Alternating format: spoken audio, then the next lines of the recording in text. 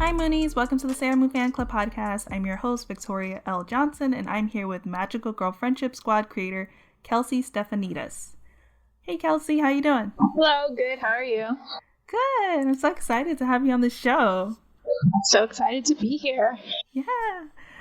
So first question I ask everyone is, what's your first memory of watching Sailor Moon? Okay, I'm gonna have a bad answer because I don't actually remember a specific memory. I think I was too young, but I do remember just knowing things about the show. And then I think I kind of sort of rediscovered it in like middle school, high school, when I was in like my peak like anime phase. And then again, like later in college, around when like the new dub came out and like Sailor Moon Crystal came out, I think I kind of revisited then. So, but I definitely don't remember watching it. I just remember having watched it. If that makes sense. No, I get that. And it's not a bad answer because I don't think I've heard that answer before, so that's good. So it's fun. What did you feel? What were you thinking when you watched it? I think as a kid it was kind of like, another show, like, this was kind of like, because Sailor Moon sparked so many like magical girl genre shows even in America. So I think it was just kind of like, this is like another one of these shows. But then like kind of going back, being older, you really kind of appreciate like, this was actually like so ahead of its time and like such a trendsetter, even in like the characters. Like a big thing is like a lot of times I've been seeing in a lot of like even like shows that are made nowadays, like women are either like, it's someone's mom or someone's girlfriend, or they're like this perfect like person with like, they always have like a quick comeback, but they're like, but there isn't like anyone who's like, there's rarely a character who's like a little goofier and I think like allowed to be like kind of mess up all the time.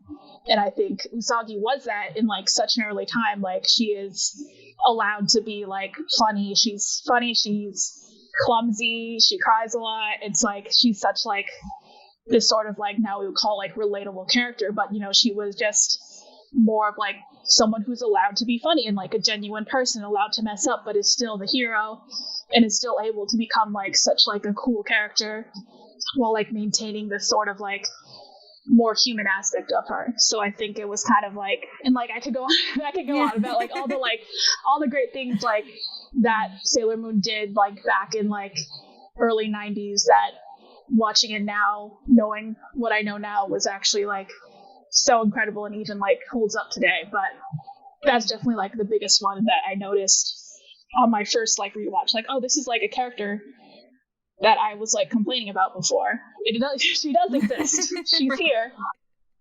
Absolutely. I'm guessing, was she your favorite Sailor Scout / Senshi? She definitely is now. I think I remember liking Sailor Mars mainly because I thought she was cool. Yeah, no, she's really cool. She's got the pretty long hair. Right. But I think definitely now like Usagi all the way.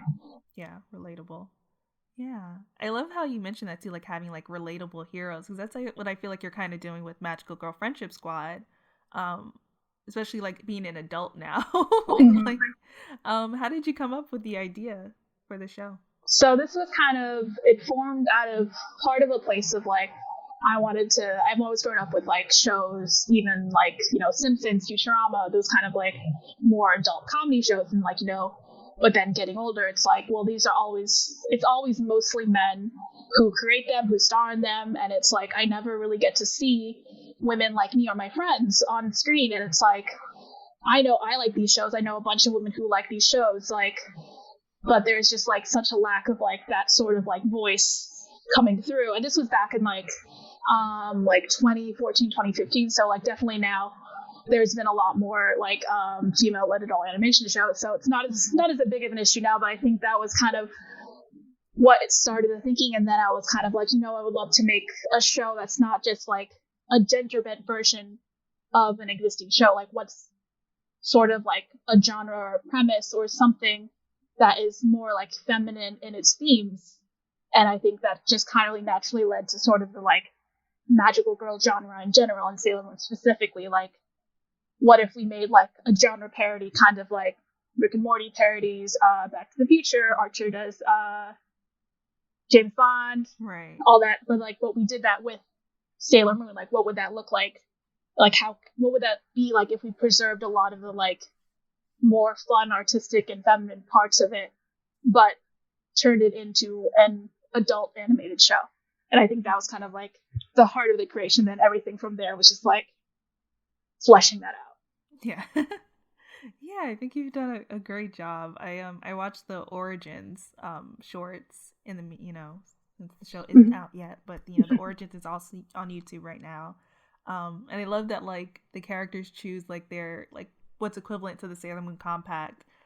She's like, oh, my birth control, so I remember to take it, and she's like, I'm gonna choose my Tom Selleck bong, and it's like totally relatable and amazing. That was great. Yeah. I want to. Do you have any other anime that you like? I'm definitely starting to get back into it more. I think, especially after working on this show, I have like a list of shows I have to watch. But definitely recently, I've been getting into some of the newer, like amazingly animated stuff, like Mob Psycho, Kill la Kill, like those, and then One Punch Man. Just kind of the more modern day animes. I'm definitely getting back into those. Nice. What do you have you had any favorites that you've liked?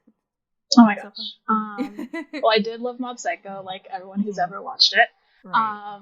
And that was definitely like a big like artistic inspiration. Like obviously we're not gonna make a show that incredible, but it's like just like the way that like pushes like boundaries and like artistically, and like it's funny in its action. Like that was definitely like a big like, oh, like this is a good like aspirational series to watch. Like all of you should watch it working on this show.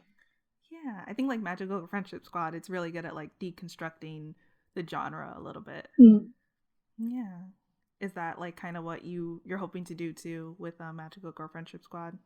Yeah, I think we're kind of trying to sort of like modernize it and set it in this sort of like modern day millennial New York. And we're kind of in a way where by modernizing it and aging up the protagonist, it's kind of like there is like a choice of like what do we want to keep as is, what do we want to sort of like parody, and what do we want to like do without.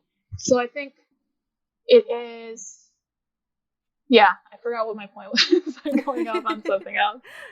Like deconstructing the genre. Yes. Yeah. I think it will too. Like it looks so fun. I love who you landed to as the voices. We have Quinta Brunson and Anna Akana. We're both really funny comedians. I'm glad that you like made it a comedy, I guess. Yeah, just how do you feel about the casting? I feel like those are great choices. Yeah, the cast has been great. I think just like once we like got people to like, when we like reached out to people and we're like almost a little surprised, like so many people said yes, and it's been so cool to like work with people. Like a lot of them are very enthusiastic to work on this. Quinta and Anna specifically have just been so like easy and fun to work with. Like we do all their records remotely, so like we don't even get a lot of like FaceTime, but like I'm still like crying from laughter like on Skype in New York in a room like with one other person. It's just been so much fun to like be able to even work with them in that capacity, and the like sort of like life and comedy they bring to the series, and it's great to see like how people are reacting. Like people love them so much. Yeah. It's so nice. Like Twitter, like everyone's like, yes, like, oh my gosh, I love these people. I'm so excited to see them in a show. And it's like, I love them too. I'm so glad. But it's like, it's great. I'm glad that I had the chance to work with them, and I hope that they enjoyed it too. Yeah, I'm sure they are. It sounds like it's gonna. I feel like anytime a project looks fun, it's probably fun to create also. Did you ever write any fan fiction before? Oh my gosh. Maybe. A little bit, I will admit. Definitely, there's like, you definitely just accessed a deep part of my mind. Not remembering. It's my job. Definitely had that period of fan fiction, fan art, fan comics. But luckily, I wasn't super online. So a lot of it exists only in my house, my childhood home, or it's gone. So there's not much trace of it. But I think that it's definitely fan fiction, and all types of fan creations are just like it's just like a way that people get into these things. Like I definitely learned how to draw from watching anime and trying to recreate it myself. So I think fan fiction is often like the like building blocks of writing or art or all of that stuff. Yeah. Do you remember anything you wrote? Oh my gosh. Do I? Man, I don't think I ever really wrote anything. Like I never made a series. I feel like there's a lot of like chapter ones existing on one of my old computers. I never had the skill to make a full like saga. I could read them though. That was fun. Yeah. Enjoyed other people's writing. Yeah, I'm always surprised. I don't know why I never really got into writing fan fiction as much. I think it was the same thing, kind of like chapter here maybe and something there, but I always I enjoyed reading other people's stuff, but I never like some people have like some crazy dedications. Oh my gosh, like I'm like pretty 60 sure chapters, yeah. I'm pretty sure like the longest work of fiction is a fan fiction. Like yes, I read that somewhere. Totally believe that. And it's like, yeah, the amount of dedication to put all this work out there for free. Like I admire all of you. Yeah, same, totally same. Because it's just it's so much dedication, and people do it for years and like chapters and and like you said, for free. Yeah, but awesome nonetheless. I love too, just like going back to like relatable heroes. Do you have any other relatable heroes that you like? Oh my gosh, let me think. I definitely do, but now I'm blanking. I think a lot of like modern day superheroes are kind of tapping into this more now. I'm trying to think of like a specific example, but I think like with like Thor Ragnarok is kind of like getting into the more like fun side of superheroes, and that just kind of unlocks this more like relatable side to them. And it's like, this isn't like just some like big hulking hero fighting bad guys. Like, okay, we're getting into the more like nitty gritty dimensionality of it, and I think that is really kind of endearing these people more to these characters. And I think the best part about having like a relatable hero is that you just kind of open the door for more like comedy or romance or any other like side genres you want to put. When if it's like a big stoic hero, you really can only go so many directions, like drama or action. And I think this like the new age of like fun relatable hero is kind of bringing like a lot of like side genres and more like niche hero stories, which has been really cool to see. Yeah, definitely. I think Spider-Man's also like is a good example. Oh my gosh. Absolutely. Like how like super, saving people doesn't save lives. Doesn't pay you. Oh man, absolutely. The new Spider-Man movie was great. Yeah. Do you have a favorite Spider-Man?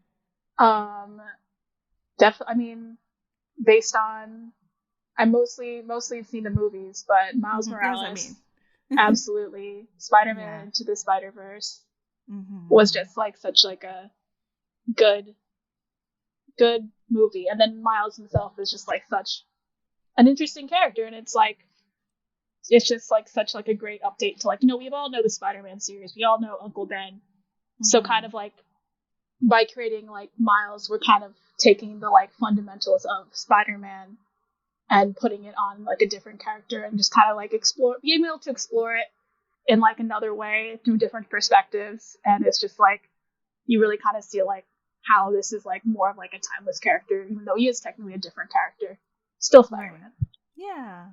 Yeah, I think they did a really great job with that too. And Into the Spider-Verse is an amazing movie. Also too, this is completely unrelated, but I just remember for Magical Girl Friendship Squad, I love that you chose, I think it's a red fox or like a Panda. Red Panda. I'm like blanking out. Yeah, as the familiar, like the companion. What made you choose Red Panda? Because they're so cute. I always see videos of them every so often, and I'm like, oh, this is the most adorable animal ever.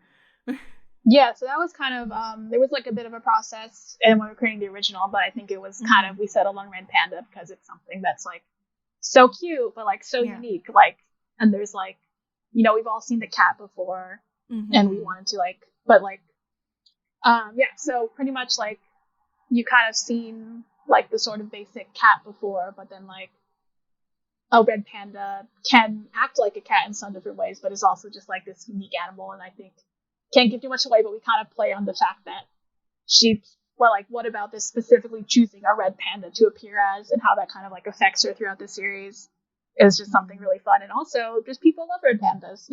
Yeah. They're so cute. Yeah, I saw the like clip too of the show. I think it was released like a few days ago, and they were saying that I think it was like this monster, and she's like, I'm gonna collect all this energy from like like I gave him like so much CBD. I thought that was hilarious, first of all. And she's like, you know, to collect energy for the crystal.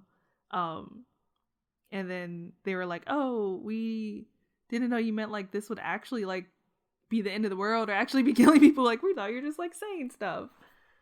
Oh, it was really funny. Yeah, that's definitely something we play with a bit, kind of like, how would like a 20-something-year-old really react to like a giant monster in front of you and like being told you have to save the universe? That's like such like a there's an adjustment period, as it might be with anyone.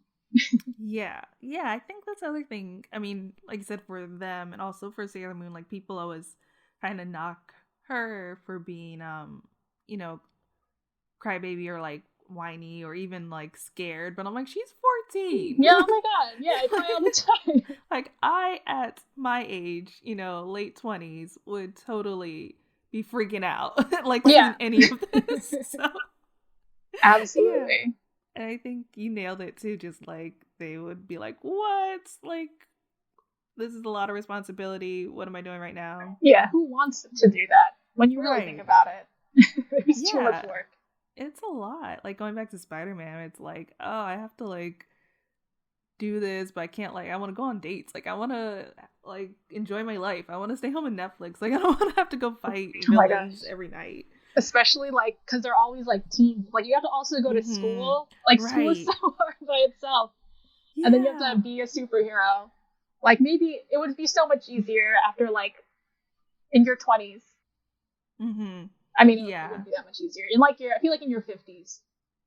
Yeah, that would be if you have superpowers. Yeah. Maybe, because then I'm like, I don't know if my body would be capable of fighting villains. Oh my gosh, yeah. I need the superpowers first. Yeah. And then when I'm 50, then I can be a hero. Yeah. If your characters were Sailor Scouts, who would they be? Anna, Alex, and Daisy. Ooh. That's a hard one. Yeah. I feel like Alex definitely fits more into like the Sailor Moon mode, kind of. Although I guess she is more of like a Mercury in that she's a little more. She's like, you know, the analytical one. She's the one who's gonna come up with the plan. She's like good with computers, that kind of stuff. And then Daisy is a little harder to peg. I feel like because she is so much more like a chaotic wild card of a character. Maybe she is the more the Sailor Moon. Yeah. So I feel like the big protagonist energy is hard to slot you into like an ensemble. Yeah, no, that makes sense. Yeah, I was like, chaotic energy. I think Usagi definitely is the most chaotic of the bunch. Yeah. Just wants to play games, eat some food. Yeah. Relatable, all relatable things. Do you have advice for any writers who would want to create their own animated series one day?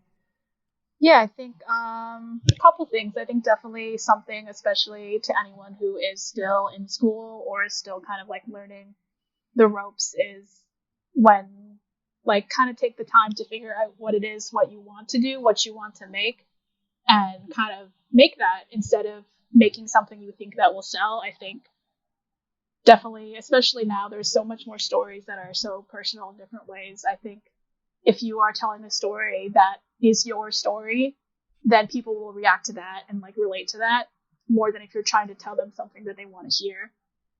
And I think definitely the other thing is, if specifically writers who want to get into animation, the more you can learn about like the art of animation and the process itself will definitely help you if you ever end up in this position making your own show. The more you know about art, even if you're not an artist, even if you don't draw at all, but the more you know kind of about what the process takes, will definitely make you a better like collaborator once you are actually paired with artists and animators in general. That makes sense, because you can probably like use the language or like refer to things and describe it in a way that they will understand a little bit more. Absolutely. And then you can also like communicate your ideas. If you're like, I want this character to look like this, if you can like, even if you like draw like a stick figure of that character, that's like definitely like, oh, like I get it, I get what you're trying to do, and then they'll make it beautiful or whatever. Yeah, that makes all the sense. Is there anything that surprised you in this process of creating the show?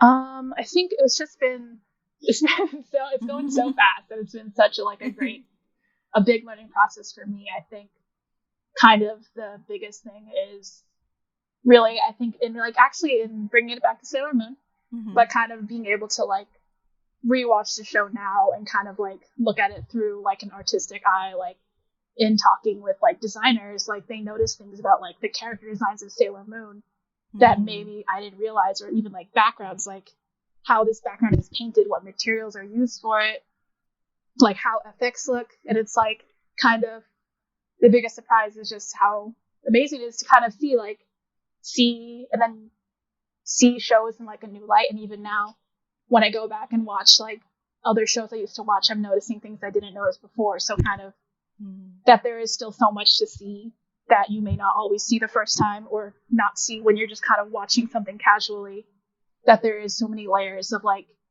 artistry behind these. And it's just like incredible, because it was made in the 90s and it looks so good.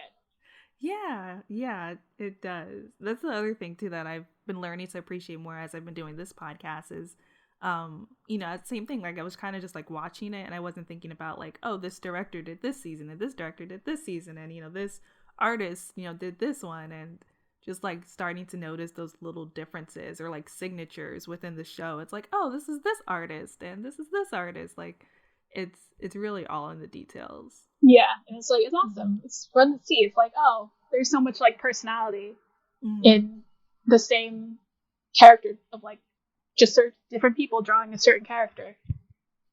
Yeah, I also noticed like the when they transform, it kind of reminded me of Kill la Kill. I don't know if that was intentional at all. There's definitely a lot of Kill la Kill sprinkled throughout. I think that's definitely a big show that all the artists have seen, and I think it's definitely like one of the more recent like sort of magical girl updates we've seen. There's definitely a bit of Kill la Kill throughout the series, and there's definitely going to be a bunch of other like small references that I hope people catch or realize while watching. I love Easter eggs, so yay. Which character would you say you're most like, Alex or Daisy, or another character, or the red panda? I think definitely Alex for sure. I think Daisy is definitely a character that was formed based on like a lot of my friends, so I think the natural subconscious was to like the like counterpart to that is me, so but Alex definitely wasn't written as myself, but I definitely see how I fit into the sort of like dynamic of Alex and Daisy. Yeah, I could see Daisy like starting a vlog. Like, I feel like she should totally start a vlog, and Alex she's got a lot to say. Yeah, nothing wrong with that at all.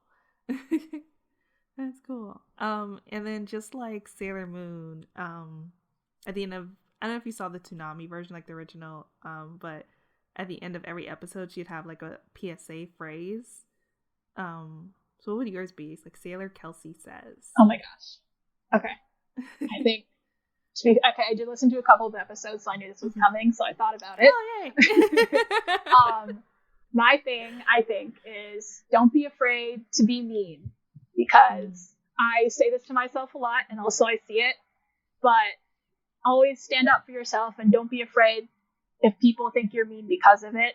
If you're standing up for anything that you think is right, people will think you're mean, but that's okay. You can be mean and you can be right, and it's good. Yeah. Be strong. You said be strong? Yes. Yeah, I need that message, first of all, and I totally agree.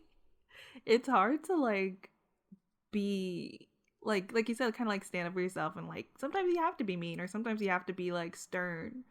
And yeah, you know, absolutely. Yeah. I find myself like starting a message like sorry, but it's like no, delete the sorry, just say right. It. No one actually cares. A lot of times I say be mean, and it's not actually being mean, it's being like normal. like, right, yeah. You don't have to be so like scared or like apologetic all the time if you've done nothing wrong. You're just stating your opinion. That's fine. People do it all the time. I have to delete just a lot in my emails. Like, I'm just checking. I'm just. Oh my gosh. And I'm just I do like, that too. delete. Yeah. Or like the like paragraph of like filler, like.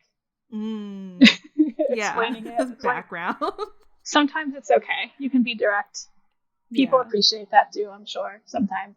Right. You do not have to write a fan fiction level background story for your emails. Yeah. I like that though. That's really good. That's a good one. Which episodes did you listen to? I listened to the first one with Jackie, yes. And then I listened to the one with Stephanie Shea because she worked on this show. So I was like, oh, I know her. Yeah. I was actually going to mention that. Yeah. So you have Stephanie Shea, the voice of Sailor Moon in the Viz Media redub. How was that working? I mean, she's awesome, but like, you know, how was it? Did you ever like think like, oh, the voice of Sailor Moon is like voicing my magical girl show, or some characters in my magical girl show?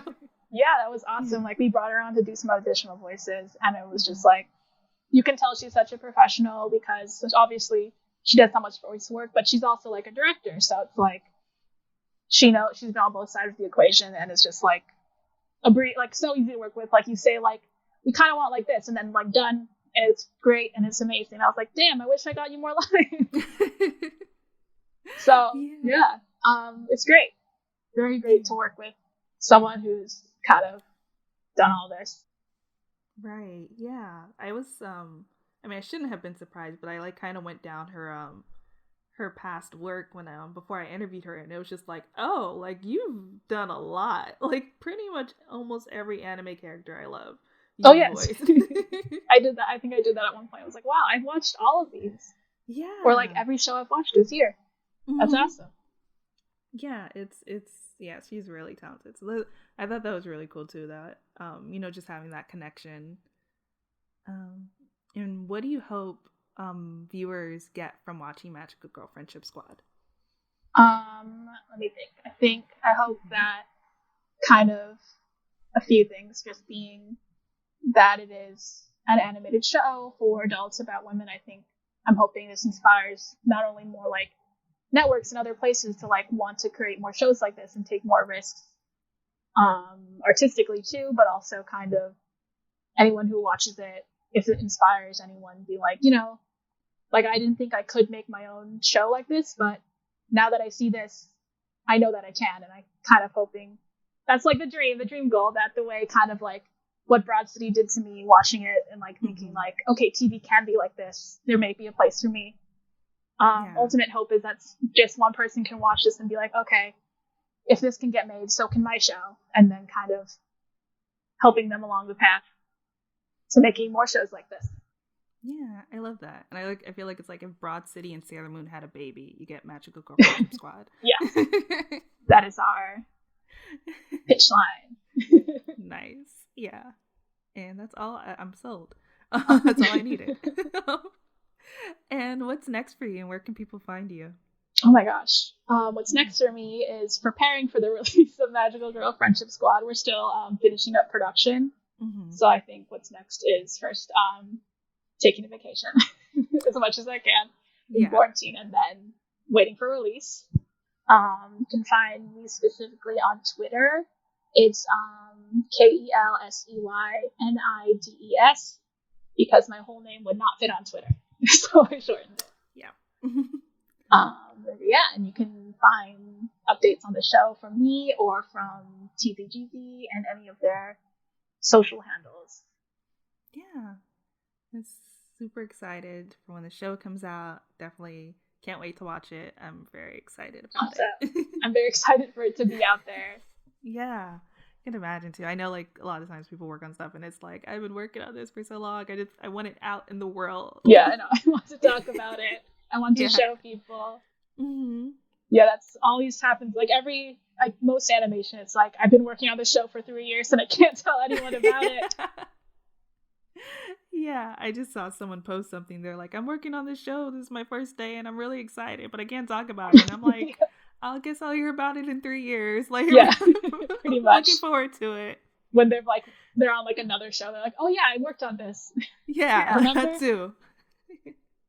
Yeah. Yeah. It's like, oh yeah. Like, congrats on that show. What show? Because they're like moved on already. Yeah. That is the struggle. But thank you so much for coming on again. This was really fun. Thanks for having me on. It was fun. Yeah. Cool setup. Yeah. And then once again, I'm Victoria, aka Miss Old School. It's Old School with a K. You can find me at Miss Old School with a K. And you can also find the podcast at Moonies Club on Twitter and Moonies_Club on Instagram.